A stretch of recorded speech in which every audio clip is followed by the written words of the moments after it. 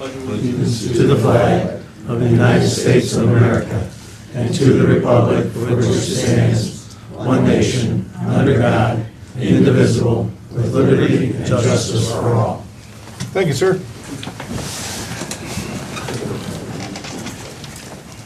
Okay, and JD is our guest. Come let us see us about his Eagle Scout project, so if you want to come fill everyone in. Okay, so here, I have these for you guys.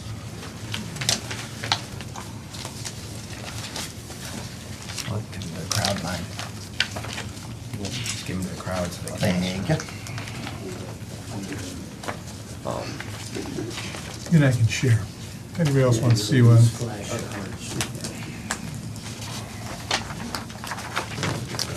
Pass it back.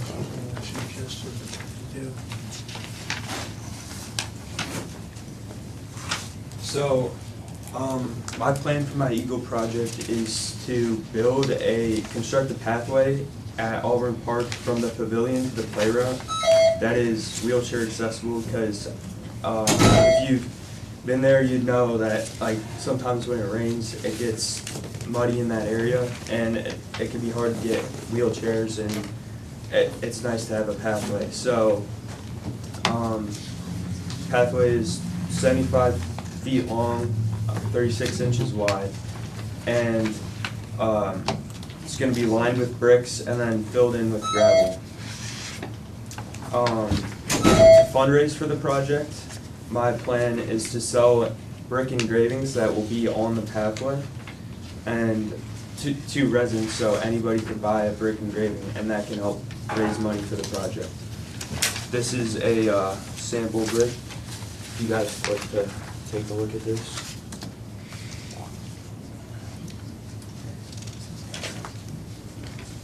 Like companies or non-residents possibly if they wanted? Yes, of course. Mine too, okay. Yeah, the goal is to sell as many bricks as I can, so the project is paid for.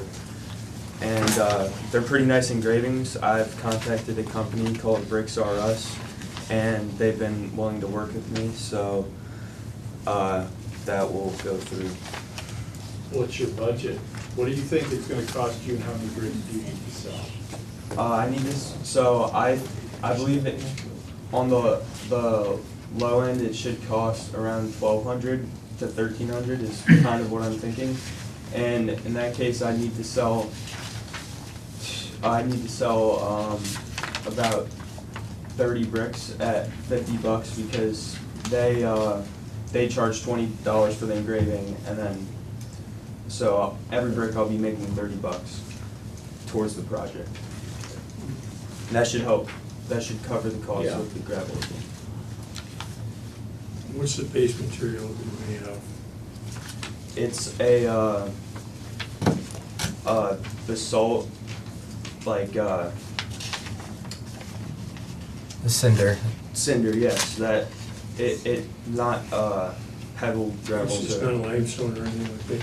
So I know some patios, like bricks absorb the lime and they fade out or bring the lime up. Right. No, it's a basalt.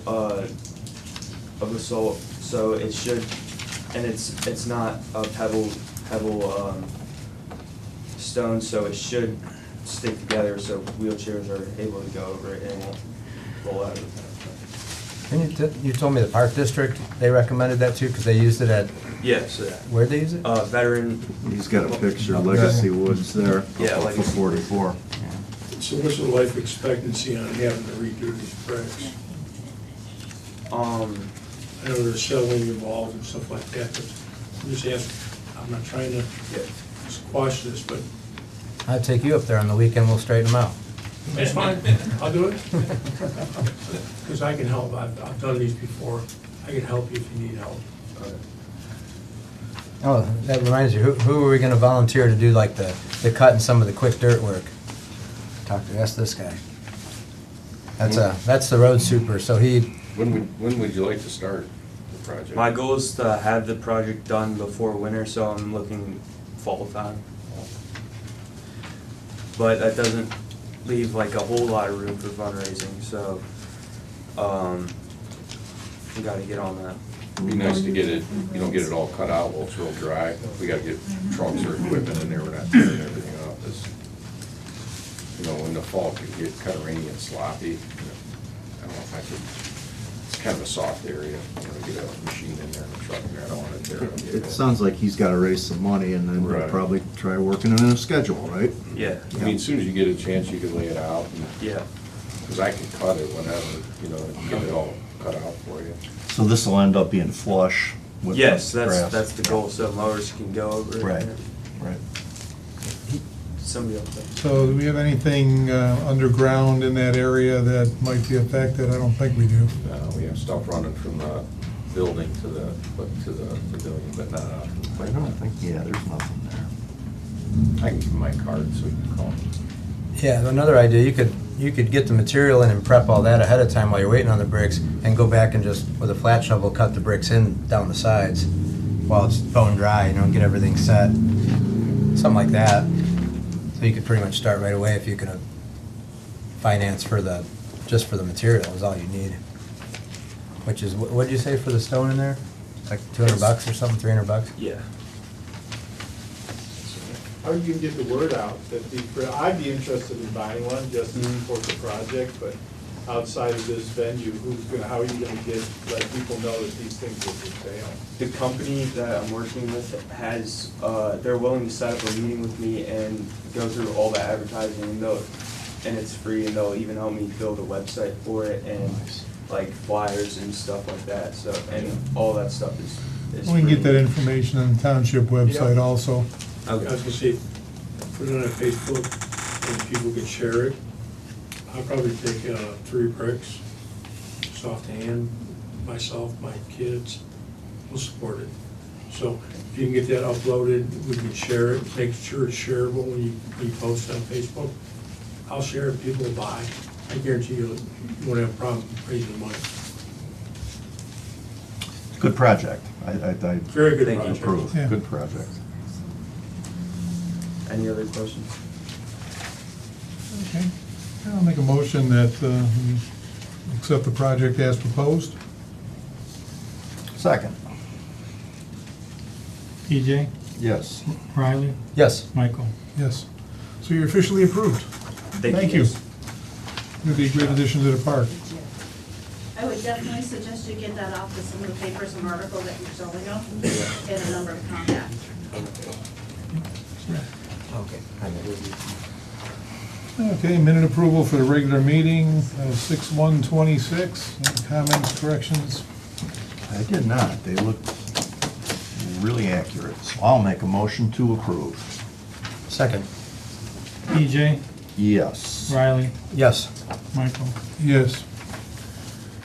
Okay. Schedule reports, Mike Fenstermaker, Highway Superintendent. It's cheap on first. Yeah, go ahead. You're number one in here. I got yelled at. I do things in order, man. I'll make this stuff up, okay? Alrighty, the Auburn Township Road Report for June 2026. We did a little maintenance on the building. We had some of the high bay lights that were out, so we ordered some lights and rented a lift, and we got those replaced on our own. So that's done. Started out, it's been a few weeks since I've been here, 6 weeks, but we started out preparations for Memorial Day. We start out by trying to get the cemeteries all cleaned up. That includes tilling, seeding, and destroying all the recent burials, getting those all cleaned up. Any brush, suckers, we cut all that stuff out, get rid of that. We did have a large limb come down in maple shade. We chipped up what we could of that and hauled the rest away. We install all new flags, all new military flags. Those are always brand new every year. And then any flags that look like they need to be replaced, we replace those. And then we install flags on East Washington Street. It's kind of what we do to prep for Memorial Day. Adam Hall, there was some new asphalt that was poured up there, so we did back the edge. It was up pretty high on the grass side. We did back that with some screened asphalt grindings just to protect that edge a little bit. Hopefully it helps out. Capital improvement projects. PJ and I went to a pre-construction meeting at the county. And what that involves, just kind of introduction with the contractor, getting kind of swapping contact information with the contractor and looking at scheduling, you know, when he's scheduled to start things, which was today actually. He started down on White Oak doing repairs, so they're working away at that, moving along pretty quick. For us, prepping for the projects, we ditch, clean out the ditches and all the cross pipes. We started Saybrook, Downey, Glen, cleaned all that up. We did cut quite a bit of brush back on Normandy, cut everything back and ditched that. We ditched Derbyshire, Colchester, Lancaster. Then we got over to White Oak, ditched that, Auburndale, Chickasha, and Eastwood. And a new idea that the engineers came up with this year was to proof roll everything.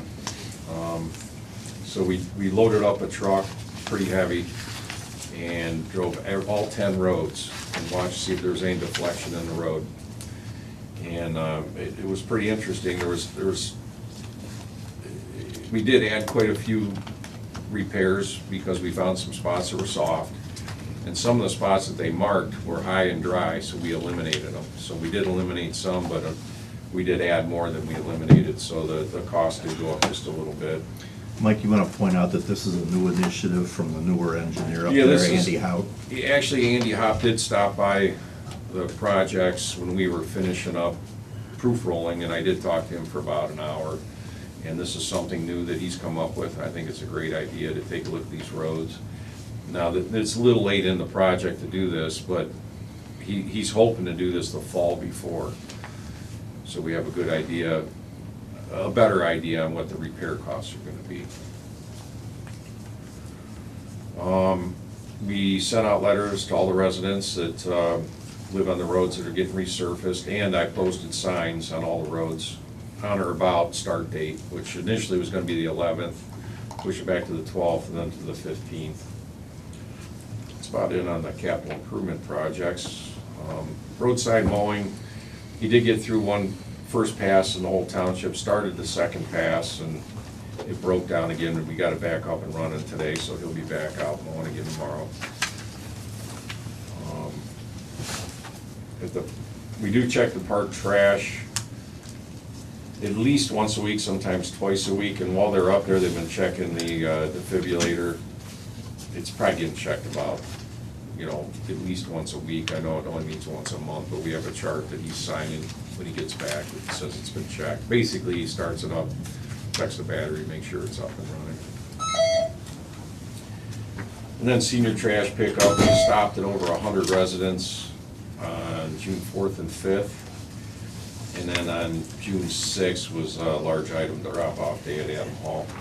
And I don't know how many people, do we have a total count on how many people showed up to that? We had 138 total drop-offs.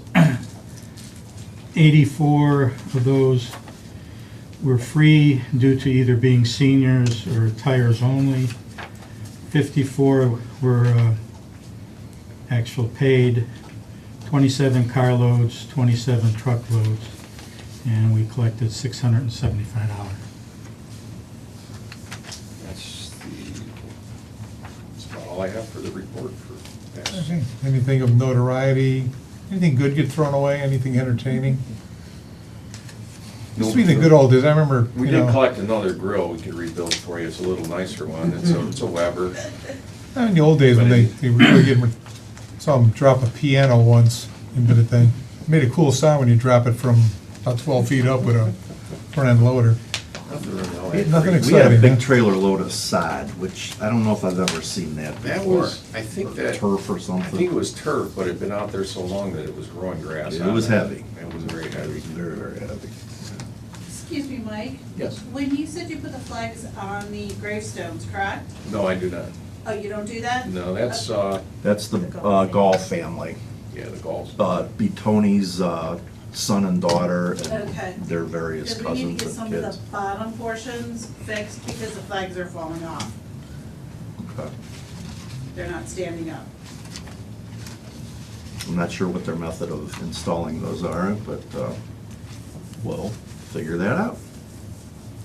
Thank you. Anything else for Mike? Okay, John Phillips, Fire Prevention Officer.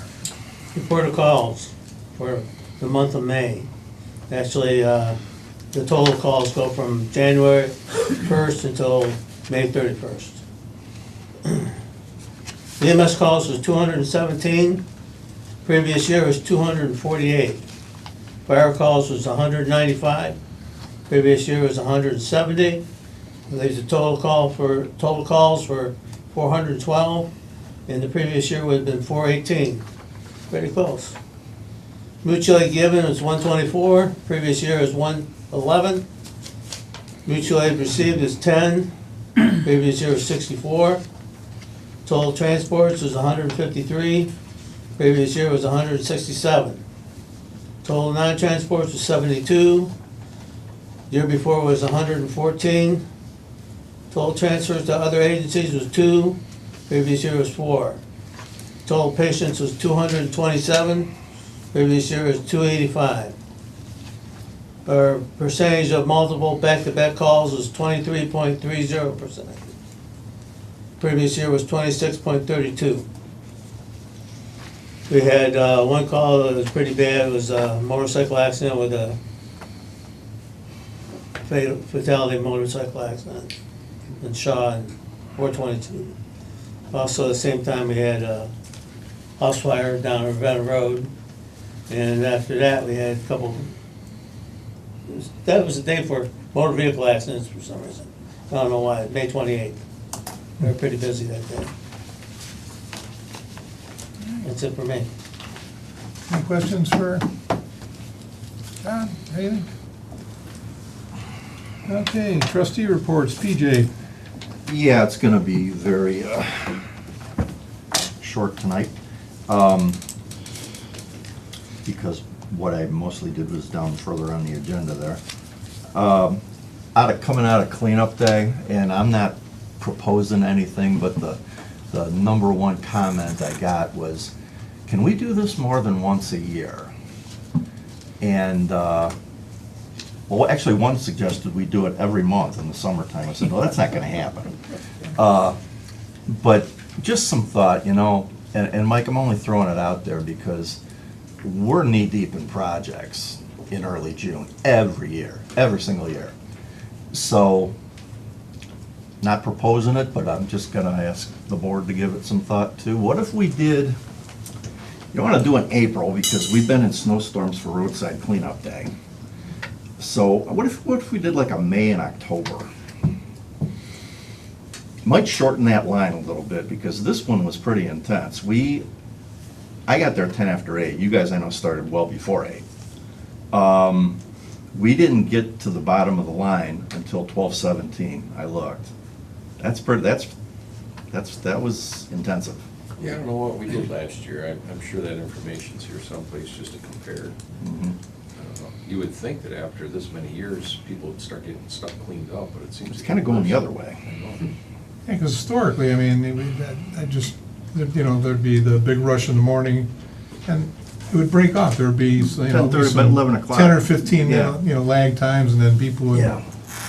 But, yeah, it seems pretty consistent now. Just a thought, and June is also a tough time to do that, and I know that. You guys are, well, we were in crunch time for prepping for these projects. And Memorial Day. Yeah, Yeah. so if you go in the Yeah. middle of May, you're talking all the prep for Memorial Day. So. So you thinking first Saturday in May, first Saturday? I don't know, October? I'm just throwing it out there. Yeah. What if we Well, did think about mid-spring and early fall? I don't think anybody'd be totally opposed to the idea. Just a thought. I think it's obviously appreciated because people keep coming back and we got a lot of repeat customers, so. So I was up there, I have to admit, the line wasn't that bad, the wait wasn't that bad. I was there was like probably 10 cars behind me, 10 cars in front of me. It was fine. I think they did a wonderful job, to be honest with you. I mean, they got us in quickly. I had like tires and like a couple of items. So I don't know who they asked to see if I could just dump tires, and I had like 5 larger items, just dump those off the side. And the guy said, we can't do that. So it might speed things up if there's like limited with tires, like a couple items. Problem happens if we just start sending cars for tires, they get all Yes, confused they and we do. get a traffic Yes, jam, they so do. we like to kind of control the Yeah, traffic. no, I mean, you guys did a great job. I mean, I can't complain. I mean, I didn't have a problem waiting That's there. my reason, you know, Yeah. pretty soon you got cars going every which way and we got a mess. I don't know, just logically, it would seem like it would shorten the day a little bit, If we had more. and maybe you wouldn't have 20 cars in We did- line at once. We did have a guy going through the line, and if you just had tires, he was shooting. We did, over. we did that quite a few Yeah, times, we did actually. do that. And then there's these nice ladies that come in that got one broken down microwave, you know, I'm not gonna send her to the front end, like, Right. carried some stuff out for them. Anyway, I'm just throwing that out there for thought at this point, so. That's it. Okay, Riley.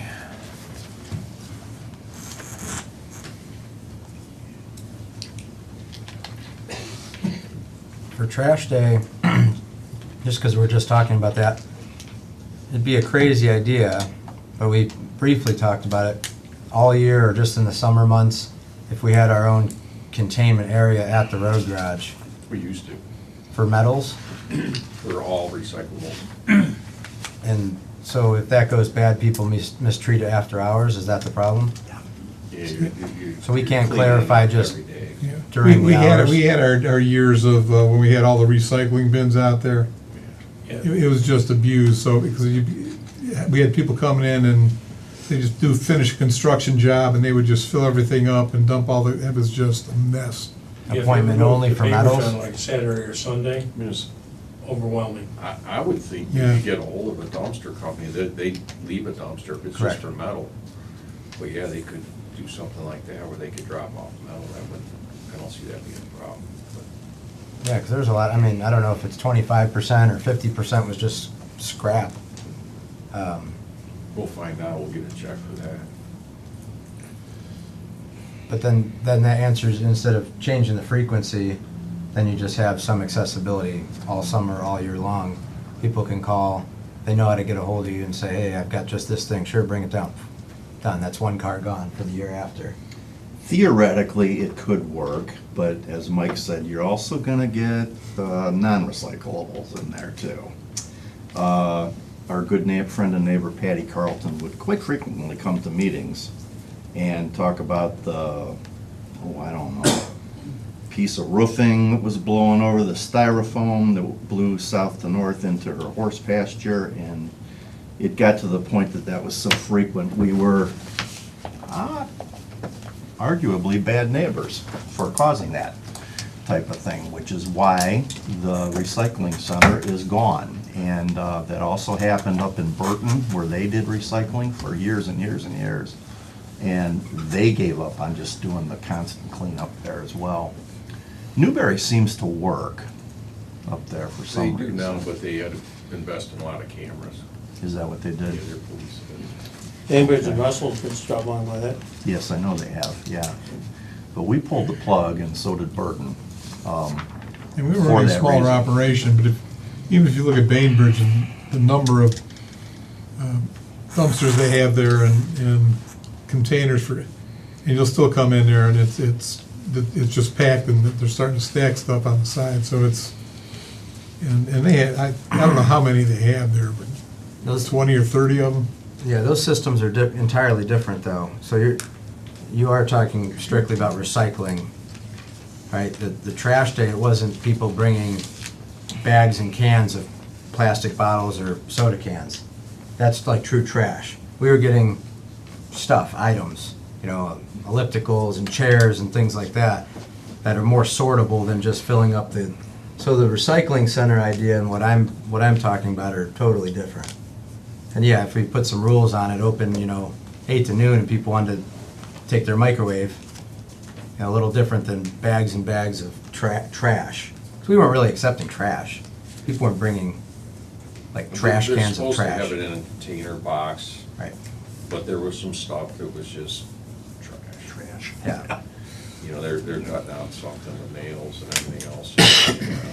Not supposed to do that, but they do. Yeah, no, I wouldn't like the idea of a recycling center. I think that's not related to what we just did. If you're talking just, I said, not recycling, but basically taking large items, just research, does anybody else do that? Has anybody tried that? I mean, it might be worth a call to the other townships and just, something we could have Christine do, just make a call, specifically what we're trying to do, and then we could shoot something out, say, has anybody tried this? Did it work? Did it not work? You can take it down as scales and get paid for it, That's true. and Yes. they're open a lot of hours. If we focused on metals. Right. The problem you have though is when you focus on metals, people aren't going to give you just metals. You're gonna get garbage, and then he's probably gonna have to go in the dumpster and pull it out because you lose your scrap value. The potential for abuse there is But, high. but I would contact like the city of Solon, because I know they do the recycling, and they separate metals from aluminums and whatnot, and see what they use. 'Cause they have a dumpster system in there that's for metals and aluminum. And maybe contact them and find out, do we need metals and aluminum? Because, if they want to sort the stuff out, I don't have to go to Bainbridge to drop my aluminum recyclings off. There's I was up there today, dropping out recyclings. There's probably 25 dumpsters. They were empty, but there was still stuff stacked on the side that people leave out thinking that somebody's gonna pick it up and take it with them. Well, then. They're not being nasty, they're just like, they've got something that's usable, so they leave it out. And they or think something. it's usable, but it might not be usable if it gets rained on. Yeah. So the road department has to go in there and throw it in the dumpster, and so I understand the whole principle of, why we got rid of it, why Burton got rid of it. The one on Parkman's awesome. If you ever go out to Parkman, where they have that, it's really good. And they only have 5 dumpsters out there, but there's never any garbage or anything like that. Take care of that. All right. Spam. We'll look at it. I just figure take the frequency up of the event, if you scale back and have your own controlled event with rules half the year or the whole year, might offset pretty well. And you guys are there anyways, you look out, somebody called and said they're bringing a lawnmower, done, Yeah, if we're there. So it's gonna be gated We're then? not there that much in the summer, we're out working in the road, so we'd have to schedule it a little. All right. Yeah, I don't know. The fire department even had aluminum can place that kept getting all kinds of garbage in it too, and it said just aluminum cans are right on it. Aluminum cans for burned children. I used to Yep. drop all my stuff off there. Yep. And that was abused, so. I guess I still have a lot of faith in our residents to do the right thing. Yeah. But The problem is it's not just the residents, I mean, it'd be Newberry, it'd be Aurora. Yeah. No, it's not our people that do that. No, it's not, that's not all. It's never us. Those border Never people. do that. Yeah. All right, all right. Where everyone's above Of average. course, do it in the recyclables. It's recyclable, right? Sorry I got off topic with that, but, all right, so, for the bathrooms at the community park, it's kind of twofold with funding. We agreed we were going to try to wait through this summer. We have the septic in place, obviously, and then next summer would be the goal to have the bathrooms attached to the septic, provided what kind of funding we can come up with.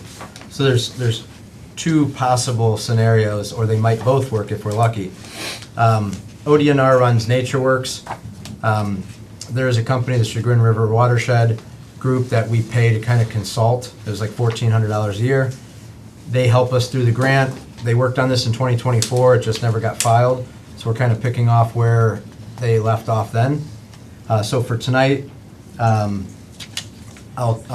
quickly read this resolution so we can call it to motion. It's Resolution 2026-06, authorization to file a NatureWorks grant application. Whereas the state of Ohio, through the ODNR administrators, financial assistance for the public recreational purposes through the State of Ohio NatureWorks grant program.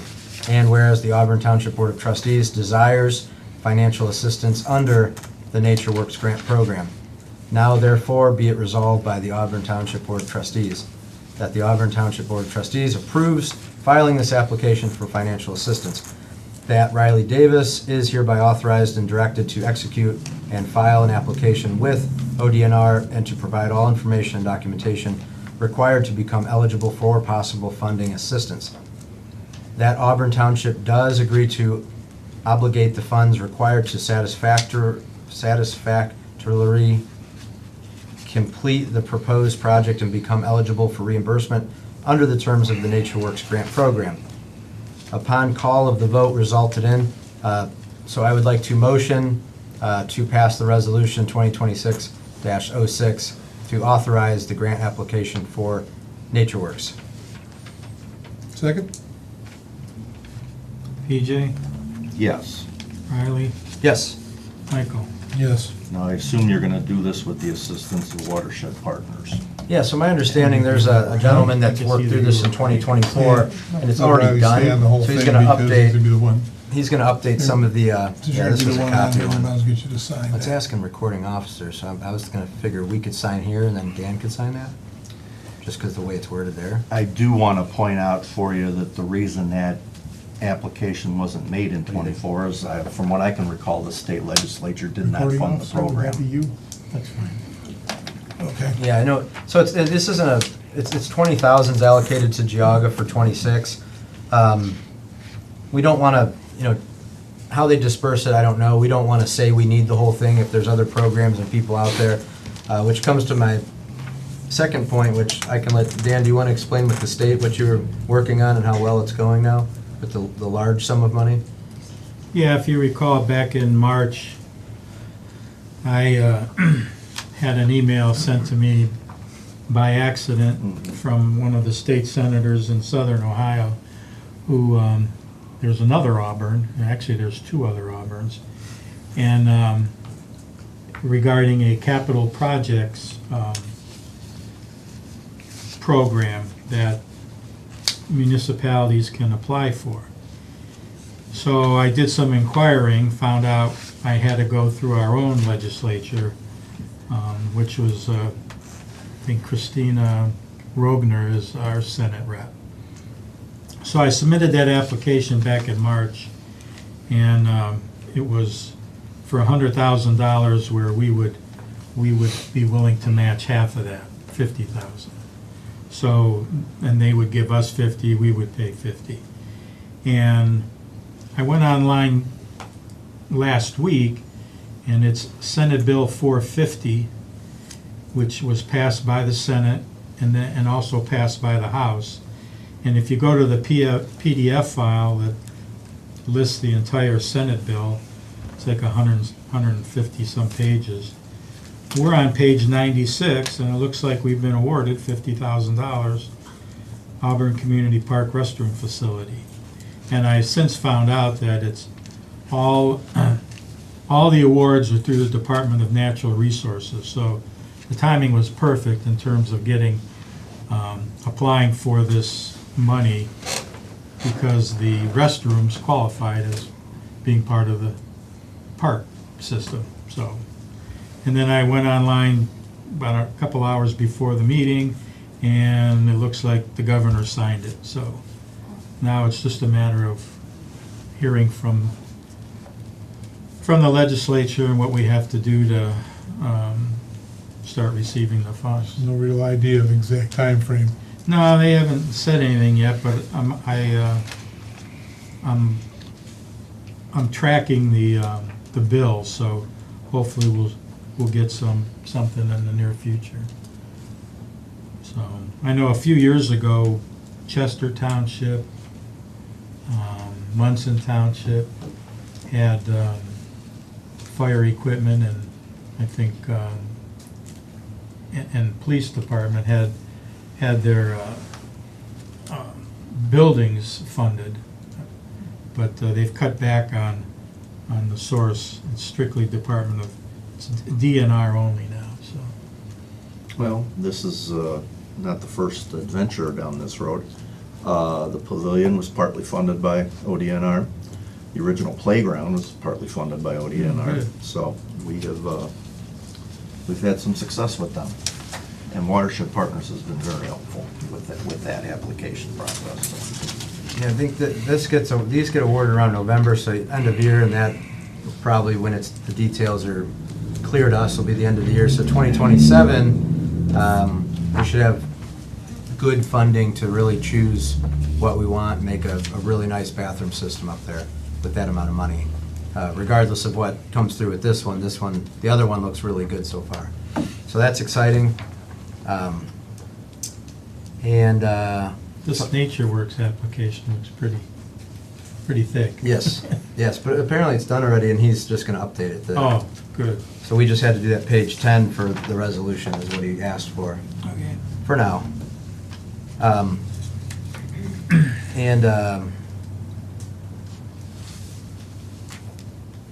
I wanted to see if we wanted to allocate a small amount of money to upgrade that TV as presentations become more common and general discussions on stuff. And we know now a TV that will work, because it will not connect even through HDMI, it's got issues. A bigger internet-friendly TV, $300-400 gets you pretty nice 65-inch stuff now. The cost of TVs has gotten really low. The mounting should be reusable. I So don't know just- about that for a 65. I'm looking at that because I just mounted some TVs. That's not real big. I can donate one. It's just an old TV, you just use as a monitor with HDMI, so.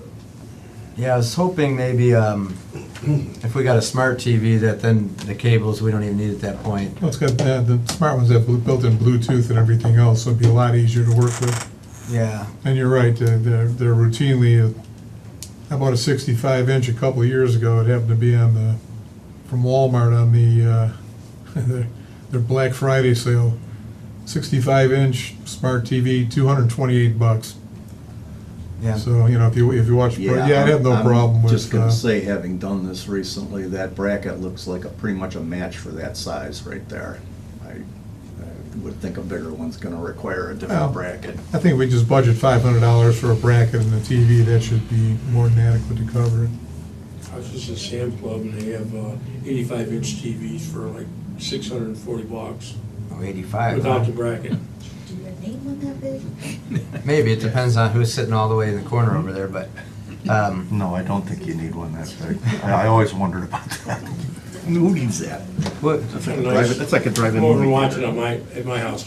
I get 85 at my house, nice. yeah, so I mean, I don't know all the details of what exactly we need or we could pick out, but if we allocate a general amount, we can shop and do an upgrade. It'd be really helpful as we could look up documents, laws, rules as we go and just be a little more interactive, so. Well, I'd say let's bump it to $1,000 then. That way it'll cover, we don't have to spend the whole $1,000, but I don't want to put it at 500, we end up at 550 and have to come back, so. Okay. Did we put that up for Zoom during COVID? I think we did. Yeah, I think we did. And I remember using it. I remember Eberly being on the screen and actually participating in meetings from that like I said, TV. you start, all you do is look at the perimeter, right now it's a half-inch perimeter, so it takes it back about 6-7 years. Now they don't even have any framing on them at all. I think we'd get a lot of use out of it.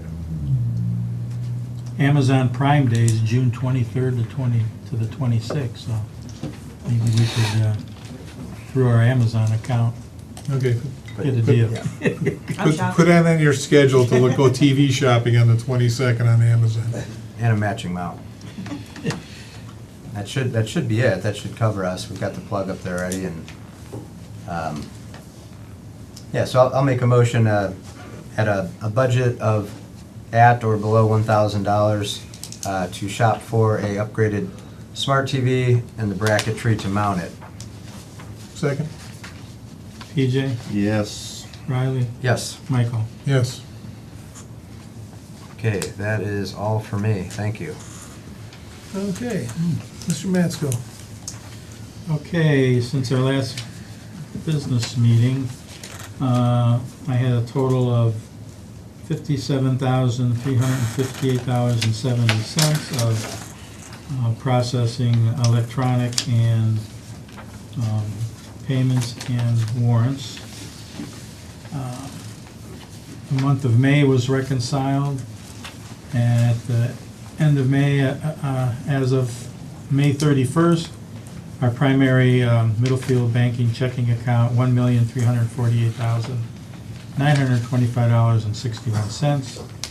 And our Star Ohio investment account, $2,060,774.15. If you notice on the payment listing, there's one payment to Otarma for $4,598.44.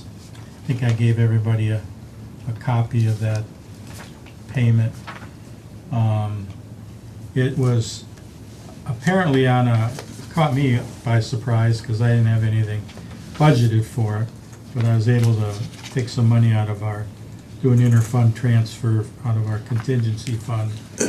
Apparently, we had a lawsuit going against an Airbnb that Otarma, was through Otarma, and it was in DTJ. Correct. And apparently, we're responsible for, it says the township's applicable deductible owed in this case is $4,598.44, which is 15% of the total expenses that was expended in the defense of this matter. And that total was $30,655.24. So I know that goes back a few years, and I think we did win that case, We I were believe. successful. And then there's another bill for our recently litigation that we approved up to $5,000. We got our first bill for $1,720 to Taft for their services to date through May 28th. So I just wanted to point those two out. And lastly, I want to propose a change to our Adam Hall Community Center rental agreement. During our audit, the auditors, just to give you, what we currently do when we hire a deputy is we take, if the deputy, their current rate is $60 an hour. So if someone's renting the Adam Hall and they are serving alcohol, then we require them to have a deputy on the premises. And so if it's for 4 hours, we charge $240. The renter pays us, and then we in turn would generate a check for cash and give it to either the hall rep or somebody to give to the deputy. Well, the auditors thought it's not a best practice when you write a check for cash, because you don't always know where it ends up, in whose hands actually. So I talked to Parkman, who also rents their community center, and what they do is they make the responsibility of paying the deputy to the renter. And the other issue that comes up is by us paying the deputy, we would have to then obtain their tax information, issue 1099s. So this gets us out of that aspect. I asked Parkman whether or not they've had any issues with the renter paying the deputy, and they said no, they haven't. And I can't imagine they would, considering when he shows up, he's going to be expected to get paid. So And he's got a gun. yeah. Anyway, so I just thought that Christine could add to the rental agreement, and going forward, any future rentals, it would say that under security guard fee, $60 per hour, to be paid by renter directly to deputy on day of event. And then that takes us out of it.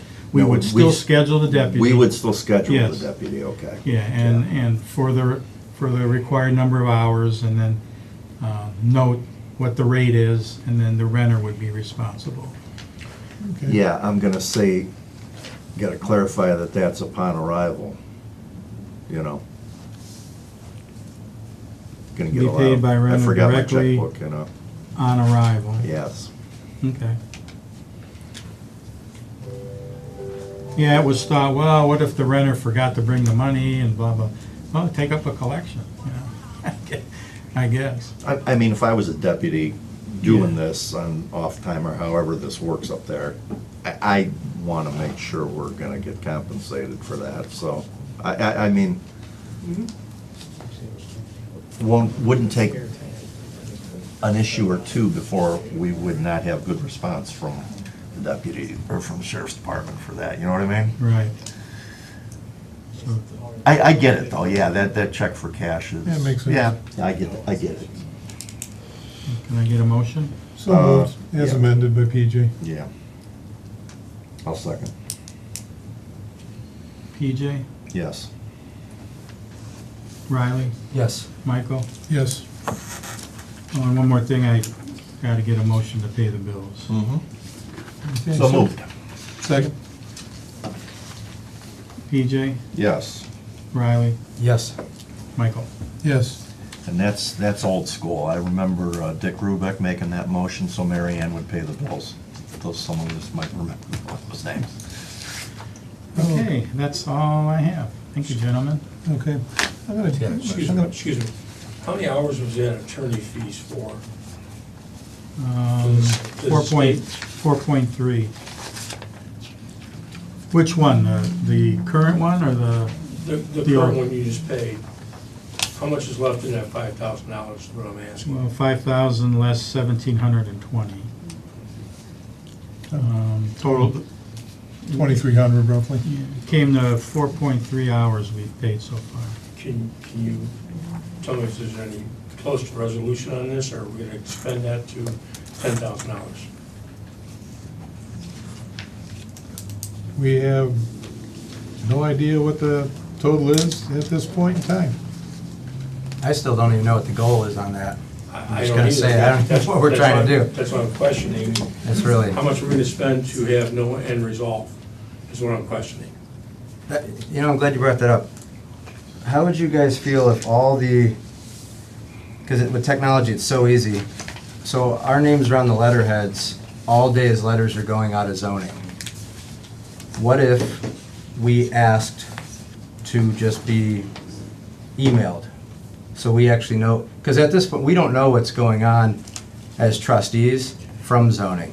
And it seems like in my short 6 months, most all of the time we spend in these meetings together comes back around to being zoning related. I would feel like I know what's going on better with questions like that or whatever, as residents get warnings, let's call them warnings from zoning. Because I had a resident I saw at a park one time and they said, hey, you sent me a letter. I said, no, I didn't. They said, yeah, your name's on the letter. It made me think, they're right, my name's on the letterhead and I don't even know what's being sent.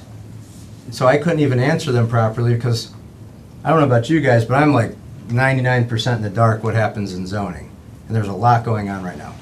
So my idea would be, we just simply ask Jane, she already has an electronic copy she typed up obviously, hey, if you're sending it out, CC the trustees. No problem with that. Then we know, like from what I understand with what you asked about, a letter has been sent. We just approved $1,700. I didn't read the letter. I don't even know what we're asking of these residents at this point, but we're spending tax dollars. That's like pretty bizarre to me. Have either of you saw the letter? No, but I know what we're asking the resident, What's the goal? Because I don't know. to essentially disable that house as a second dwelling on a single lot. And it's in our resolutions, because I don't remember Yes. seeing that. There's one dwelling per residential lot. Yep. Not take it down, but to take stuff out of it, maybe. Well, Remove Well, items. 2 items. One is to make sure that there's nobody living in it, and then the second thing is to get it to the point where it's no longer defined as a dwelling and under our zoning. turn it back to an accessory use, which was a pool house. So are we gonna leave the tax burden on that person then, because they have it listed through the courts as a second The dwelling. county. The county taxes them about 800 a So year. they're paying tax on a dwelling that you're gonna say, you can't use it as dwelling, it's gonna be storage, so therefore we're gonna take that $800 in taxes away? I just have a big issue with that. And I'm not gonna say what, but there's houses listed for sale right now that advertise a second dwelling. Like, how far do we wanna take this where, you know, it's not rules for thee and not for me type of deal? Mr. Kitco would need to just go like, every building that's got an oven or a bathroom, they're all getting stripped or you're going to court. Like, is that the direction we really wanna go? We're gonna have to go that direction. And that's wild to me. So we'll you see how say it it's- plays out. So you say it's okay to have a second dwelling on a property? No, I haven't seen the resolution that states you can't have an oven or a bathroom or, that's what I don't understand. Well, it's broken down, well, It's complicated, but I haven't seen anything that I can read and make sense of and say, okay, it's very clear here. You're not allowed to have a bathroom in your garage or building or pool house or guest house. Wait a minute. He said he already knew it was a pool house when they built it in 2012.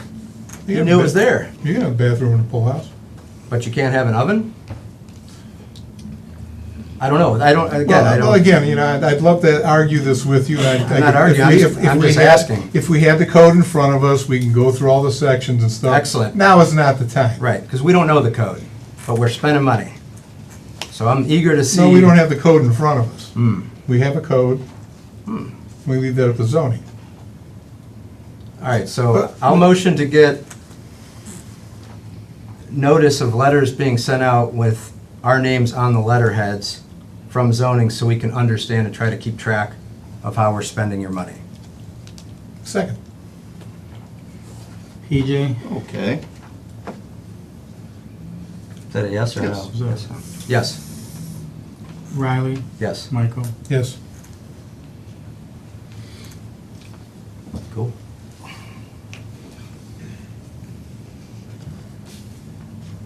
Anything else on that particular topic?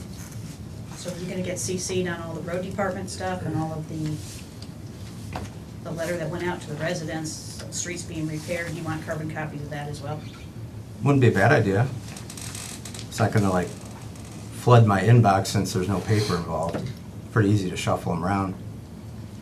I wasn't interested in that because it's a little more clear cut than the money we're spending for You're spending $1 litigation. million on road projects. Right. We have a team of people managing that. You, Well, we have a road department. We don't have like in-house legal here. So we're spending money and it's not really, I still don't know what the resolution is, like I said. okay, move on. It's not a bad idea. You wanna? I'm currently getting everything coming out of the road department, usually. Yeah, that letter that we sent out, We're all Mike, getting, we're all Christina- on copies. for Mike, that. Christina and I worked it up. I mean, Yeah. ask her, there it is. I mean, it's, It's on the website too. Yeah. Who's supposed to find it there? Okay, anything else? All right, PJ, you want to handle the road levy resolution or pop down to the new business? Because old business tends to stretch out. yeah, this is another thing that, I think we paid pretty close attention to this, and we have an expiring levy that's original from 2008, so it's been renewed several times. Brings in approximately a quarter of our capital improvements budget, and it is set to expire. It's a 1 mil levy. We're gonna run for 5 years as a renewal. As I mentioned, originally voted on in 2008. Ballot measures shall be submitted to the entire township, and the tax shall be levied on the entire township within Geauga County. It's gonna be November 3rd, 2026, first levied in 2027, and collection in 2028.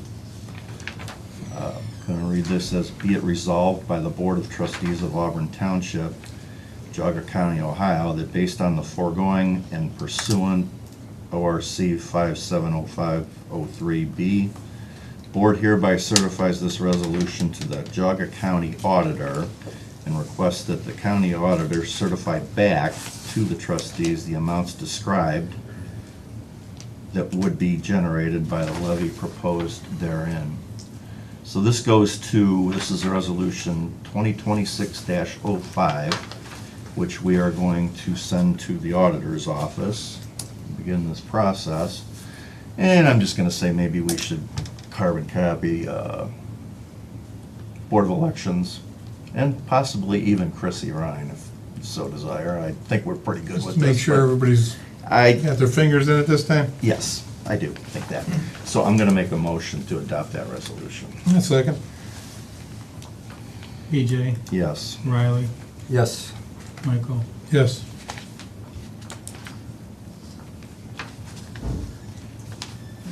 Okay, and you got an original there, Dan, or? Yeah, Dan's the only one that has to sign it. correct. Well, our votes gotta be on there. They're on there. The vote's on there, but we don't have to sign it. All right, then. He just attests to the vote with his Yep. signature. Okay. All right, old business. NOPEC Energize grant again. That's just a reminder. Going down to town hall repairs and timetable, that was pretty much established that we're about Rolling good. 3 weeks out or so, be by the time the final 2 or 3 with the door to come in. Yeah, they got all the forms up for the ramp. You can see now it goes west of the front of the building. The stairs are poured on the east side. The platform you see is twice as big as it used to be. So you can visualize it all now.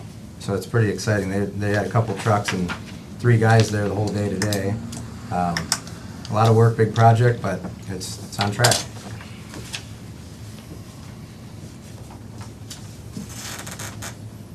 Okay.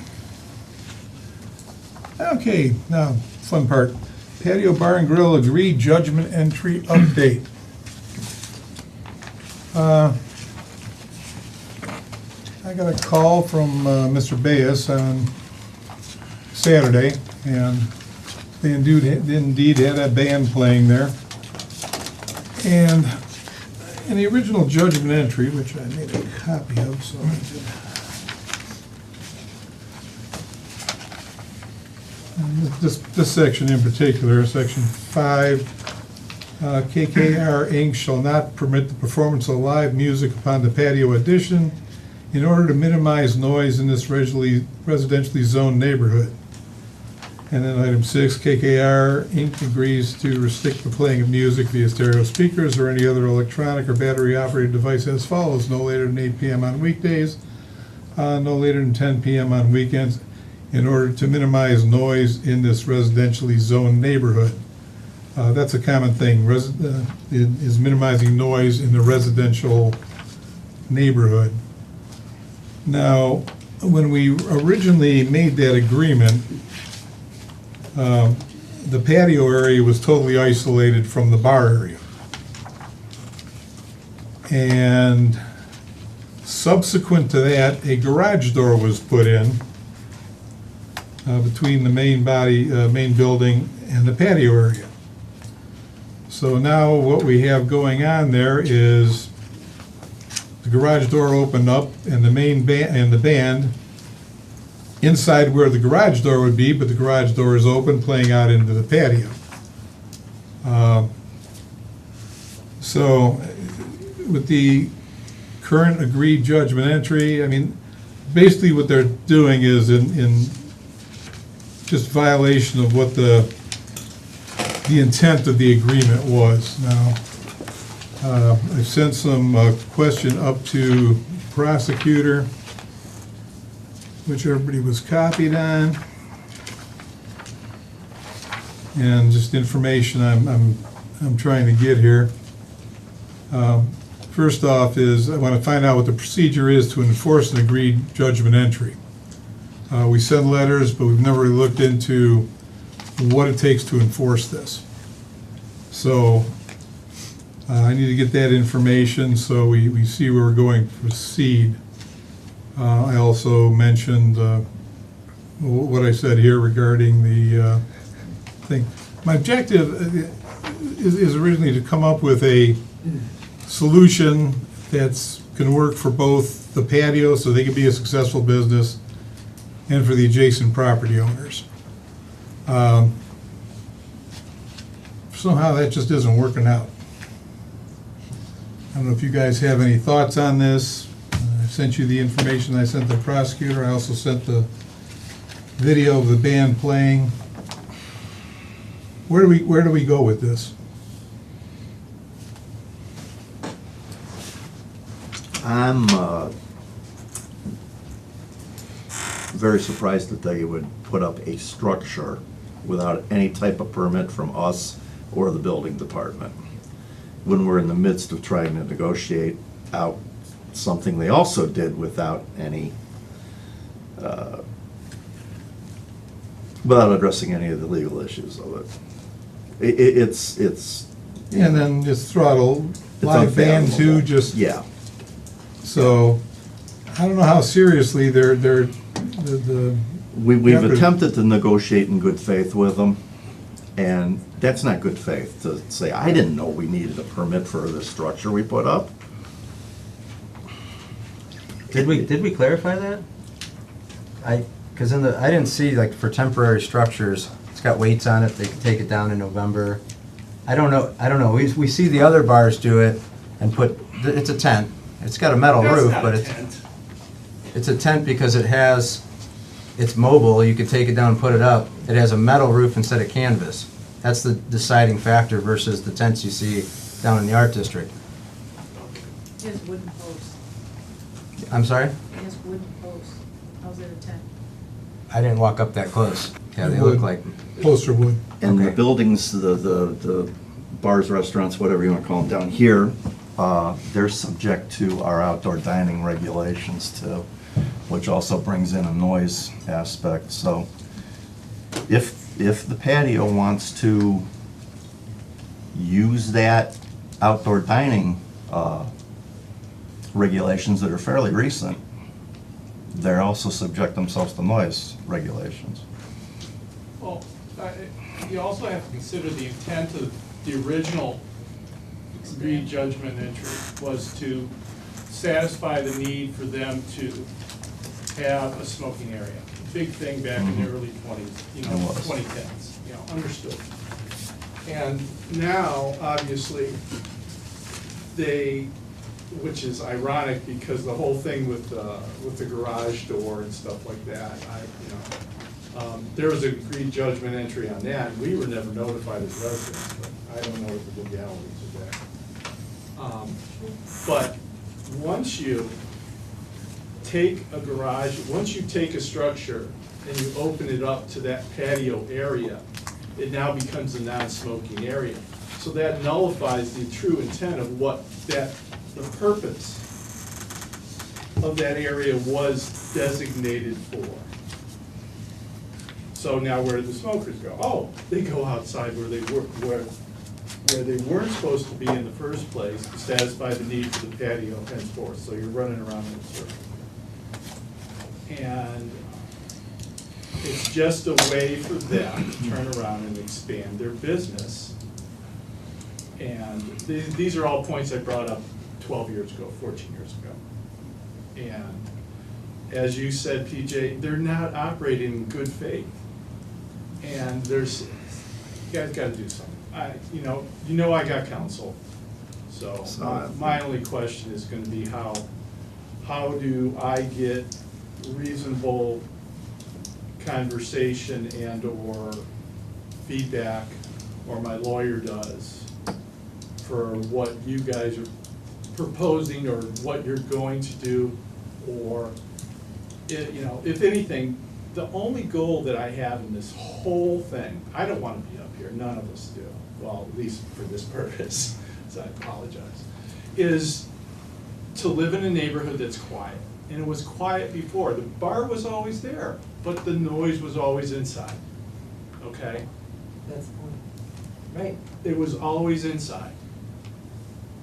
And now now they're operating with complete indiscretion. They actually have, the other weekend, they had, what are those damn games called? Cornhole games. Outside of the fenced-in area, which means that people are drinking outside of that fenced-in area, which is a whole nother thing to do with. They're pushing all these limits, and, you know, if they want all of those rights, then I'll be damned, there's tons of places they can go find it. That's the whole purpose of the zoned areas. Residential, business, industrial. And that's the intent of a non-conforming use, is to accept the fact that that business existed before zoning existed, which was, I believe, in 49 or 47. But it isn't for you guys to ensure the viability of that business. The business has a right to be there under the auspices and the framework that's there. And keeping on granting them exceptions to the rule is a disservice to everybody in Auburn, and personally to me and all the neighbors that surround the area. And like I said, it's just blatant what they do, and it's a shame. This was blatant. Yeah. No doubt. If you give them this, they're just gonna keep doing more and more, They're just because nothing happens. Yeah, my opinion was for them to make the offer of a perimeter fence, I thought was, I thought it would be in the best interest of everyone involved in the area and the township. But when you see a structure go up, Yeah. when you haven't even finished that conversation. What does that say to you? What's gonna be next? Well, You know, yeah. because there's gonna be more. You have on their Facebook account, they're like, oh, great addition, looks awesome. And then, hell, we can put windows on that thing and make it a winter upgrade too. So I don't think they're gonna take it down in November. I think you're Okay. probably right. That's on Facebook. It does look nice. I don't see how it harms anybody. From a There's common no sense point, Riley. standpoint. Really, you're The point missing is, it's the a point. building. No, I'm trying to be Put common up. sense, if I may. It's not common sense. Well, here's the one part that Violates your is. zoning resolution. Yeah. You're either gonna support your zoning resolution or you're not. So the common sense part is this: live music or speakers, which are also music. That has nothing to do with it. It's in a- Stick with me for 1 second, let me just finish this common sense thought. We're battling the fact that once or twice a week they want a band which can produce noise, right? Simple. But the speakers, we're okay with producing the same noise. With the So- garage door Not down. outside. With the Well, door down, because that- when well, they let had me the door see if down, I understand It this. was. They shall a not problem. permit What are you getting? live music on the patio, but they can play via speakers or electronic, and it doesn't say not on the patio. So the common sense side of this is what I'm trying to say is, they can put the same volume of music, and we can't argue that, we can't say no to them. But if they put real people out there at the same decibel, we're mad. Why are So you you might protecting as us as residents, Riley? I just don't understand this. I'm trying to, the facts are number 5 and 6 right here. I'm trying to get to the bottom Yeah, of when this. you're in there, Riley, you know, maybe it just doesn't make sense then. But when you're sitting in our backyards, it does. Go ahead, give me your common sense. It's just 5 and 6 on what we have to make tough decisions on, and the way it reads is very clear. At the moment, they can have, Why don't you just enforce the? And then, can I intervene here for a second? It also says in the back of both, on the bottom of both of those sections, in order to minimize the noise in this residentially zoned neighborhood, it says that in both of them. That's what this was about, to reduce noise in a residential neighborhood. That's the purpose of this. Now, if the way it was written needs to be rewritten, but that's the purpose of this document. We were letting them go ahead and have their smoking area / whatever it is now. Smoker area is now a restaurant and a bar out there. We But, just increased like I said, it to the size. once they put that garage door in after the fact, it was just a perfect chance to circumvent the whole thing and say, hey, open the thing up, put the bar in, and we can put our band out there and blare it as loud as we want in the neighborhood. The And they band do. was done Saturday night before 10 o'clock. The band was dismantling themselves at 10 o'clock. They stopped before 10 o'clock. the Okay, they met the music, time frame. That's good. the music volume from the stereo inside significantly increased after the band was done. They were not serving from the bar out back, they weren't serving, people that were there they walked inside and got their own and came out. But everybody that I knew out there was a smoker. The smokers were out there. And it was a 16-year-old and a 12-year-old playing cornhole when we were there. They weren't drinking by the cornhole things. We went over, they're allowed to go out. We said that about the picnic tables, though. You're allowed to venture out like the other establishments to your perimeter. But we didn't have a lot of clarification on that, remember? And I get that it can be noisy, but the volume after the band was done, I'm old, I don't do a whole lot of loud music. I could stand in front of their speakers when the band was playing and have a conversation with the person sitting next to me, and we didn't have to raise our voice. And we were right in front of the speaker of the band. So I get that you're supposed to protect the residents, but you also have to protect the businesses. They bring a lot of business into this community. They bring a lot of people in. They spend a lot of money there. I didn't like what it was 10 years ago. I think now, seeing all the families and Bainbridge people before football games and all that, I think they've done a phenomenal job. But that's the focus here. But we can't focus on the fact that they let every band go on forever out there. When we were there, the band quit. The leader of the band was over talking to me before 10 o'clock. So there's still two issues at hand that are about a year old at this point, to summarize. We were kind of getting somewhere with the perimeter fence, or at least on the west side. You mentioned at the last meeting, fences could be ugly, why not trees? So we can kick that around with their council or whoever. Are they okay with Scotch pines as opposed to solid fencing, which is not in the spirit of Auburn's nature? Well, they did talk to the people on the north. They don't want a fence there. They don't want anything there. Just the west.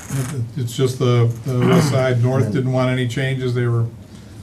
And issue 2 becomes, as it's written very clearly, music is allowed at arguably any decibel level. I don't know, because we're still trying to clarify noise limits, right, from our other issue with the dirt bikes. So as it stands, issue 2 is they can have music all they want, but we don't want human beings playing the music outside, but they can sit under the gutters and then they can play speakers. So it's... Don't worry about what this says, because if we redo it, we're going to redo it right. We want to keep the... Okay, just for kicks, after Mr. Bayes called me, because I asked him where they were, and he didn't go down there, so I went up and drove out myself on Saturday night, because I had nothing better to do. And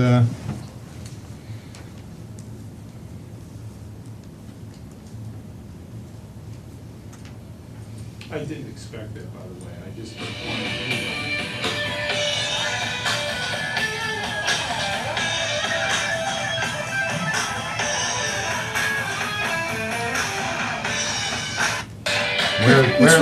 it's bona fide band level. Now, again, that was standing right in front of them. When I originally pulled in, the end of the thing, obviously the farther you get away, the less noise there is. So if we're getting into, is it the fact, well, the fact they're playing is a violation, but, you know, is it one of those things where we have to get into a residential saying, okay, what are the allowable decibel levels at the border and for what period of time, and that gets into that whole other issue that we're barely able to even start fathoming with the potential motocross track. So anyway, like I said, I've got these questions up to the prosecutor. I want to see what she has to say, and she'll get back to all of us. I copied everyone on it. What time was that, Mike? I saw your phone there. There was daylight still. What time was that you were up and recorded that? Looked like it was Specifically? Looked like it was daylight yet. That was at Stop that. Yeah, it was like a quarter after 8, 8:30. Yeah, it was still daylight. So, just want to make sure I understand this. There's a judgment entry that basically is trying to convince the patio to keep their music indoors so they don't piss off the neighbors. That's Now, if it had been fundamentally written the with that intent. way, exactly that way, it'd probably be more understandable, but Yeah. yes. Okay, but that was the intent, I think, right? It was. Now you've got a building code violation because they put up a structure, but they're still violating the intent of the judgment entry. So we still haven't answered the first question that was asked, which is, how do you enforce it? Who's enforcing it and how? Which was the first question I had here, which I sent out to the prosecutor, and I'm waiting for an answer to that before we can even figure out where we have to go from You here. guys aren't an enforcement arm. Since this is a judgment entry, it may be the court The court enforces this. enforceable yes. through the court. That's why I'm trying to get the specifics of it to see exactly where we have to go with this. Previously, when you're working with somebody on this, you send out letters, you work something out, but after, 3 weeks now of just getting it rubbed in our faces, I'm getting a little tired of it. So, that's why I'm trying to get my, Wouldn't we just call the judge to put the entry out there and say, get the damn sheriff out there and shut these guys off? well, I could probably do that, but I don't know how much cooperation you're gonna get if I come in with that attitude. But we'll try it next time, I'm but just, let me see if we can reword that somehow when I go talk to the judge. reword it any way you want, but you get where I'm going with it. I mean, at some point, somebody's got to enforce it. Yeah, and again, that's where I'm at right now, is to get a specific of exactly what we have to do. And if I have to, we'll go back to this original Yeah. judgment entry, just enforce that. Just to recap, of course, when the fence was changed up there at the patio, Completely changed the dynamics of how that plays out. when the fence was changed, they did that without approaching the township or the court or anything else, and basically claimed to be unaware of this judgment entry, which I gotta say is entirely possible, because the original parties that judgment entry was negotiated with, none of them are involved with the ownership is. of that bar Kim is. anymore. That was his uncle. Kim was not involved at the time. Kim was in meetings. Was it these meetings? He was in meetings in 2012.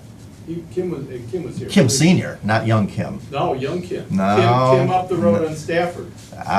It was David Andre, Kim Coonley the elder, I was. and Al Mendel. No, he was. It was Kim, young Kim. It was. No, I was here, it was I the elder. Believe me, I was here as well. You know that. All right. Well, that's neither here nor there, but I think that you guys understand, all we want is the quiet, okay?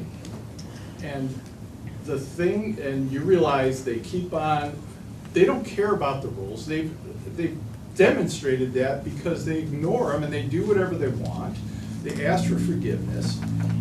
And the dynamics of the business has changed, but just for the fact of, number one, they ripped down the fence from a 6-foot fence. Right, which we, as a board, informed the court of this, that we intend to enforce the judgment entry from back in the day.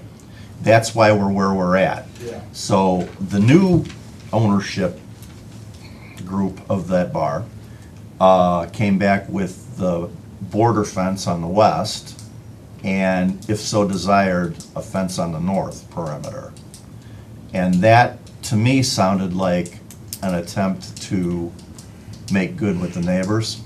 It did, which I would have continued on with that until they put up a structure and claimed, we didn't know we needed any permits for this. That's, I'm sorry, you can't, you get to be a certain age, that's not how things work. Right. Like I said, you guys all know that I have a lawyer, so. Yes, I do. There's gonna be involvement on my part or my lawyer's part on wherever this goes, and that's his responsibility. And Michael, when Mike and I talk, he knows, quiet. Put it back to the way it was. Put up your fence, keep the music inside, everybody's fine, dumb, and happy.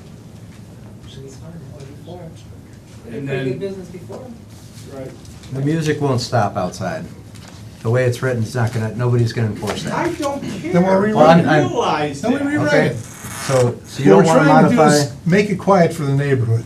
right, and Okay. I brought up, Yeah. there's two things in play here, and every meeting we talk about the two things. At this point, do you gentlemen not wanna modify the judgment entry for trees or fence, or live music versus electronic music? There's two issues at hand. Do we want to consider modifying Yeah, we those two modified, issues? say absolutely no music of any form outside the main building, and the garage door has to be closed when any of that music's playing. That's it. Yeah. But I both agree with parties, that. I second that. to modify, both parties have to agree. Right, So, I'm just saying, you wanna know what they want, that's what they want. Okay? I'm talking about when I talk they, I'm talking about they as the neighborhood. The people that this was originally designed to protect. all right, so back to issues 1 and 2. Do we want to consider modifying for fence or trees, and then live music versus electronic? We're still at these same two issues. Oh, no, you keep saying live music versus electronic. That's how it's written. Well, I know, well, we're gonna change that. That's wrong, that was bad, that was poorly written, it shouldn't have been written that way. It obviously didn't take care of the neighborhood's problem, so if you think you're Can gonna I offer an alternative? talk somebody into saying somehow, yes, we're gonna let it be loud out there, they're not going to accept that. Right, to modify that, though, they're gonna have to agree to that. Yes. They would have to agree to whatever the modification is. It's a modification. Judgment entry would have to be both parties, them and us. See, we all have to agree on this. Whatever we come up with, we all have to agree on it. If we don't agree, then it's not gonna happen. If they don't agree, it's not gonna happen. Right, I presented all this 2 months ago, so I was well aware of what was going to happen, and it's still the same two issues from last year, and we're not getting anywhere. So I'm asking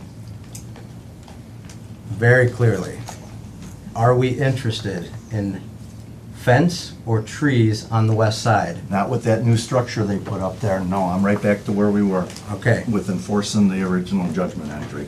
You can't, and Kim's my age, you can't at this age claim that, I didn't know you needed a permit to add on to the building. It's not the way things work. Yeah, we just go old school, put this back the way it was, and just enforce the judgment entry as it sits.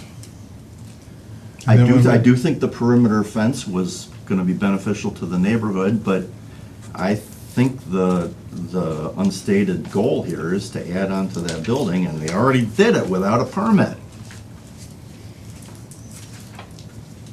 so you've been in conversations with everybody. Are you going to inform them we do not want to modify? Well, that's what I'm trying to figure out, where we're gonna go with this.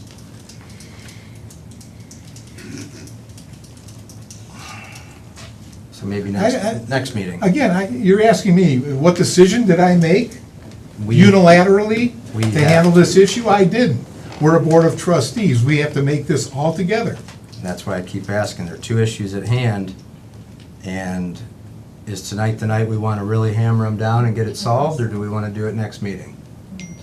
Well, I think we have to. Still two issues. Well, I would say we're gonna have to hold off and think about this to figure out exactly what we wanna do as a group. Okay, what would you recommend right now? What would you recommend to change that? As I brought up a couple months ago, I'll go over the same thing again. We talked about Scotch pines, talked about fences. We were real close to considering the fences on the west side, like you just said. Taking the structure thing out of it, we were getting somewhere. You had mentioned fences, like I said 10 minutes ago, weren't in the spirit of Auburn, maybe trees would be better. So that would have been a productive conversation. Hey, are you willing to do trees instead? And maybe that's some of that compromise we were looking for. Is fence of trees the issue, or is the loud music the issue? The music. Music? The music. Loud music is the And- issue? and the Trees aren't the fact- issue, fence is okay on the one side? Or, I'm on the east side. so you don't care about whether it's fence or trees, or, I think they should do both through Well, something. you want trees and fences? Yeah, I'd like it. This is. Which side my should the idea- trees go on? Mike, do you wanna hear my ideal world? Mike, Yeah, do you guys wanna hear my ideal world? sure. My ideal world would be to, number one, no outside music. They have their business, I respect that. But with that intent, in the negotiated AG, that they adhere to any and all zoning laws that pertain to a business adjacent to a residential property, all of them, one. Number two is that they, oh, what was my point? Damn, it was a good. Sorry, let me go. It came and it went, wasn't that Yeah. important? And that the fence be re-maintained at the 6 foot. Put the fence back around. the patio. Because that was the whole point, it was a smoking area. Okay, so, And at They want that the old point, fence you're put back. you're not talking about, you have zoning oh, I remember my second point now. You have zoning now in place that determines parameters and limits on noises, correct? Because of businesses adjoining a residential neighborhood, yeah, that's just it. Well, yes or no? there's a, well, yes, we do, but they're not in a business district, they're in a residential district, that's, But you have it in the AGE stands by itself. Again, I'm not a lawyer, so I'm just thinking. well, I'm out saying loud. that's the issue here, and that's why the patio issue is a totally isolated, because they are a business in a residential area that was grandfathered in. Right, And everything would have been fine if they hadn't put the patio onto the patio. right. And then, They could have just changed the name of the bar, it would have been easier. yeah. We should have notified, right. Right. And there should be something, if it is negotiated, where it's stipulated repercussions for violations of the AGE and anything to do with it, because there are none. Well, and again, see, you keep coming back to, that's why I asked the prosecutor, what do we have to do on this? Right, right, And, I know. you know, we can't go in and shoot people, we found out that does not work, Right.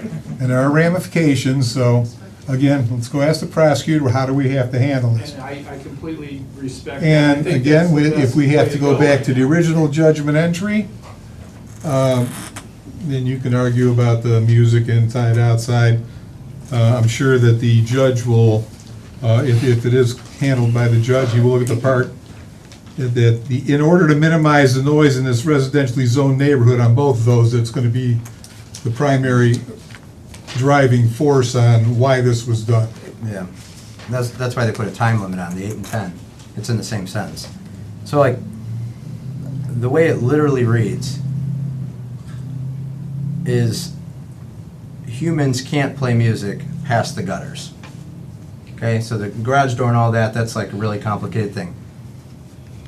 But 8 and 10 p.m., the limits, they can play the same level of music. Keep saying that. Because that's how it's written. Yeah, but he's But already said we've that already wasn't the said intent. We that can't needs to change be that. rewritten. We can't rewrite it. We can. They would have to agree to it, which they won't. Well, Like, why would they? then enforce their zoning violations. So, compromise, you brought that up 20 minutes ago. That's what I was trying to, have been discussing, all thing, but. Right. But like I said, if they, when she's putting out a live band every week, 2 nights a week, putting up structures, obviously she doesn't want any compromise. She wants to do what she wants to do and doesn't want us interfering with it. Okay, so, as I asked before, are you going to notify their counsel that you're not interested in modifying issue 1 or issue 2? No. You said no. That's where I'm at, due to the installation of, additional buildings without permits. You asked me what I would do, and I was explaining we were kind of getting somewhere with the fence and the trees on But, issue you know, 1. They kind of, washed that out, didn't they? Don't you see that? Who is they? Patio. The patio.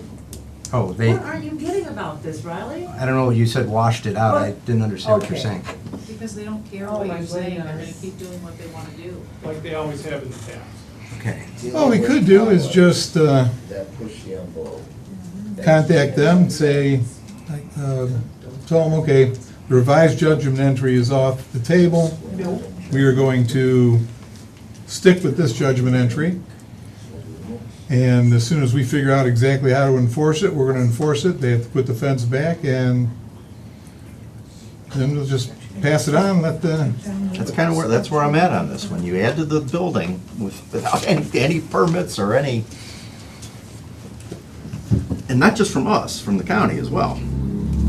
Any commercial building needs a building permit to add on. actually, that makes life a lot easier for me. That's where I'm Okay. at with it. All right? It doesn't solve your issue with the noise. Sure doesn't. I But think hey, that I tried. Open or close, indoor, outdoor noise. I tried. I disagree with That's that. still- I that's still disagree sitting with there. that, because I think that if you went and you talk to the prosecutor, because you could have a definition of what the patio is at that point, because, in my opinion, and a lawyer could probably argue either way, but all you have to do is convince a judge that once you open that door, that becomes part of the patio itself. Okay? That's just like how they treat smoking areas, you open that, that becomes one entire entity, so that becomes part of the patio. Ergo, they can't play a band inside of there. That's what I would tell my prosecutor, go argue that in front of a judge. He says, yep, that's right, then ixnay on the whole thing. Well, let me put it this way. See, now, I've been trying to help out, Well, that's what. trying to help out that's the what you're residents, searching trying to for. help out the patio. Right. I'm gonna help out myself. What we're gonna do is, I'm gonna make a motion to contact their attorney, tell them we're not gonna do a revised revision to the judgment entry. We're going to enforce the judgment entry as it sits. And I'm gonna hold off on having them send a letter to that effect until we get a response from Chrissy on how we enforce it. So I want to send them a 30-day letter and tell them they have to comply with everything within the 30 days. Sir, you Now, wanna at that point in time, I'm done. You've been asking me to do this, we're doing it. Now, what happens after this, it's gonna be up to the courts to deal with. It's out of our hands. Key thing you've been looking for is, okay, you want enforcement on the original judgment entry? We'll enforce it. Because like I said, this is doing nothing but causing us a bunch of aggravation and meetings now on a weekly basis for, since 2014? So let's just do it, and like I said, just find out how to enforce it. Do we have a second? Discussion on the motion, the gentleman's Yes. asking a question. Question for the man in blue over there. Yes, sir. After hearing all the things that you're unhappy about with them doing, has anyone ever called you Ebenezer Scrooge? All right. Not during the summer. Yeah, I'm gonna second it. I gotta base that on recent actions, this addition to the building. So the motion, though, for the discussion, not last meeting, but the meeting prior, we motioned to consider modifying. Just to be clear, we are going to overvote that to not modify, is what your motion is. Okay, I'll make a first motion that whatever let's- motion we made allowing the revision of the judgment entry be rescinded. All right, if we're gonna do this, Mike, and get everything technically correct, you have a motion and a second. Now, if we wanna rescind that and go back to where you're at now, I think That would, meets the requirements. Yeah, once we So rescind let's, it, we're let's, back to the other so one. you had a motion, I seconded it. We need to rescind that, because otherwise we're obligated to vote. Now you wanna go back and Okay, basically reverse what we did. I rescind my first motion. From 2 weeks ago? No, this one here. Well, yeah. Oh. Well, hold on. Well, which motion are you talking about? You talking the one I just made or the one? You made a motion to go to enforce the original AGE. Yes, I seconded it. okay. That ultimately, that's We where we're haven't gonna, voted on that. ultimately, that's where we're gonna land. I Yeah. know, but we have a motion and a second, which requires a vote. Okay. Well, I mean, the results will be the same. It will be, yes, it will. But we have a motion and a second. We have to vote on that. Or withdraw. Rescind it, yeah, withdraw. We have a motion and a second. We need to vote on that. Okay, that's to And- Or you can rescind it. enforce the original judgment. Or you can rescind it. You can rescind it. With approval of the second, is my understanding. So would you think, would you want to go with the first or make a motion to rescind the last motion? And then go back to the third motion? How about if we just stick with the motion to enforce the original judgment That's entry? kind of what I'm thinking, yeah. Okay, take a vote quick before somebody changes their mind. PJ, Yes. Riley, No. Michael. Yes. Okay. All right, I think we beat that one to death, and now we have a direction. Can I request that my lawyer be copied on any correspondence?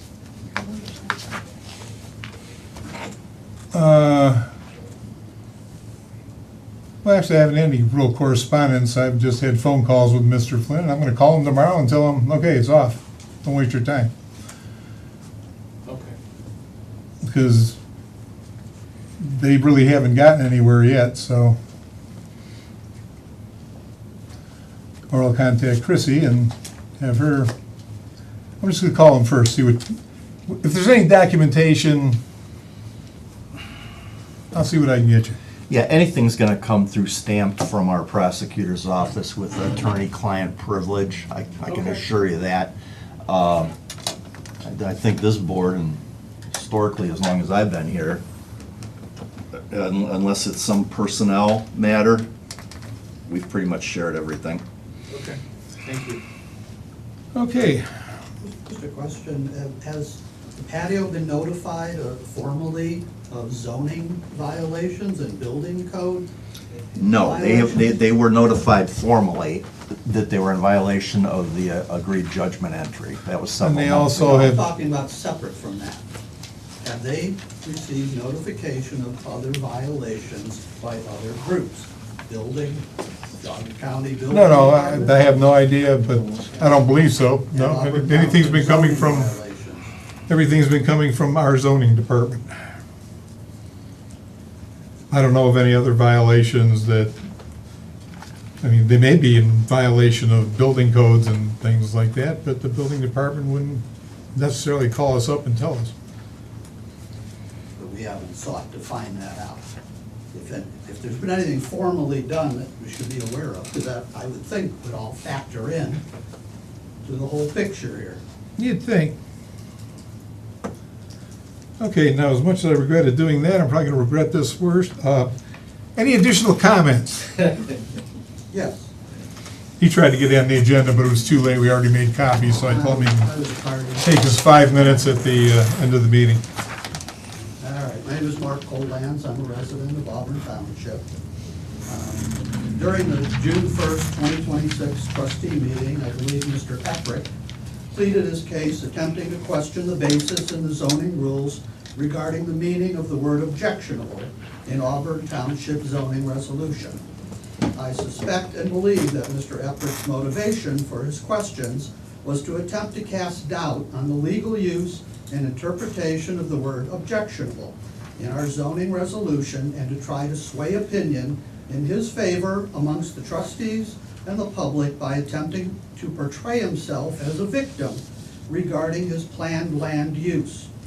I believe that Mr. Epprick's and trustee Riley Davis' use of words such as ambiguous, personal off-road use, recreational use, good faith compliance, referring to his residential property as a farm, and referring to the word objectionable as meaningless are all examples of attempting to sow confusion and distract from the significant adverse impacts the motocross track or trail will cause to the community and undermine the zoning resolution rules. I suspect Mr. Epprick's questions were provided by his lawyer to try to pin down our zoning inspector's positions for the record. Frank Kitco clearly stated that motorcycle noise and potential environmental issues still remain as potential violations of the zoning resolution rules, and it is his determination as to how to apply our zoning resolution. I've been advised by legal counsel that the use of the term objectionable in Ohio case law has been both used and defined within Ohio law. I believe the use of the term objectionable is not arbitrary, but is intentional, as it is included within the Geauga County Model Township zoning resolution applicable to all townships. More importantly, as Trustee Kavanaugh has pointed out in the past, if a use is not named in the zoning resolution, it is not allowed. Clearly, a motocross trail with a clearly stated planned use by Mr. Epprick's motocross club or group is not a defined use for a residential R1 zone property. It continues to amaze me that Mr. Epprick and his mother's corporation decided to purchase a residential zone property in Auburn Township after having just been rejected for a similar planned use of a large parcel they had purchased in Aurora. It is my understanding that the Aurora parcel has been sold. I would think with the legal and financial resources likely available to Mr. Epprick and his mother, they might have explored the zoning resolution rules before planning to build a motocross trail on a R1 zone residential property. Importantly, I also believe that before purchasing this R1 residential parcel, they might have considered the motocross noise impacts to the neighboring property owners as not being viewed as being a very good neighbor, along with the likely negative property value impacts on their future neighbors. You would think that these neighbor issues would have seemed obvious to Mr. Epprick and his mother's corporation as a determining factor as to whether or not the parcel should be purchased. It makes me wonder if they simply don't understand how this would impact the neighbors' peaceful residential lifestyles and property values, or they just don't care. Lastly, I believe Trustee Davis is not upholding his responsibility to support and defend Auburn Township zoning resolution and the Auburn zoning inspector. I found his statement at a previous trustee meeting insinuating that Frank Kitco was stalking this property owner to be totally inappropriate and insulting to Frank. I believe it is Trustee Davis's job to not impart his personal opinions and beliefs in support of a motocross trail on Mr. Epprick's and his mother's parcel. As I see it, his responsibility as a trustee is to defend all property owners in Auburn Township and to protect Auburn Township. I would think as an elected official, he might consider a petition by over 350 residents objecting to the development of a motocross trail, along with the obvious potential noise, pollution, and property value issues to neighboring residents, to take priority over his apparent support of a planned motocross trail property use by Mr. Epprick and his club. I believe Trustee Davis is clearly on the wrong side of this issue. Thank you. Thank you, sir. That was very good. Any other comments? People getting tired, good. Okay, yeah, save the date, 6/18, Red Cross Blood Drive at Adam Hall, 1 to 6 p.m. 06/19, Juneteenth, office is closed. 7/2, Red Blood Drive again, 1 to 6. Okay, 7/3/26, Auburn Bainbridge fireworks at Kenston High School campus. Rain date will be 7/6. 7/4, annual 4th of July parade, 11 o'clock. That'll be starting up at the Meadows and will end up at the fire station hot dogs and other merriment. Okay, then on 7/6, the Board of Trustees regular meeting. We also, same day, we're gonna have an executive session at 6 o'clock. I'll be meeting with the attorneys. So that doesn't affect you. Don't come here at 6 unless you wanna sit in the parking lot. 7/16, public hearing for ZC 201E2601, the administration building at 7. And 7/16, the regular zoning commission meeting following the public hearing. Okay. Anything else? Going once, going twice? What is the public hearing one about? What was that about? I'm pretty sure that's for a prohibition on data centers Oh, with a definition. I'm pretty sure that's what that is. I know they've been working on that. that's, They're gonna build one in Shalersville. that's what I. Are they really? They got water and Right by sewer. the turnpike? Yeah, they got water and sewer down there. That's quite a development going on there. Back behind that big industrial building on 44 on the Yeah. back side of Peck, or whatever Yeah. that road is that runs Fairway. Yep.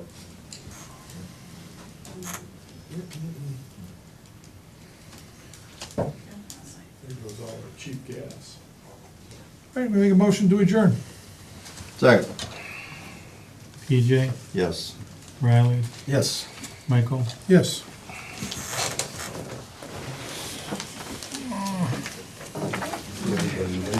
Considering.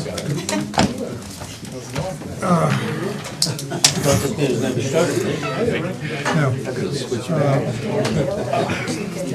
For a long, long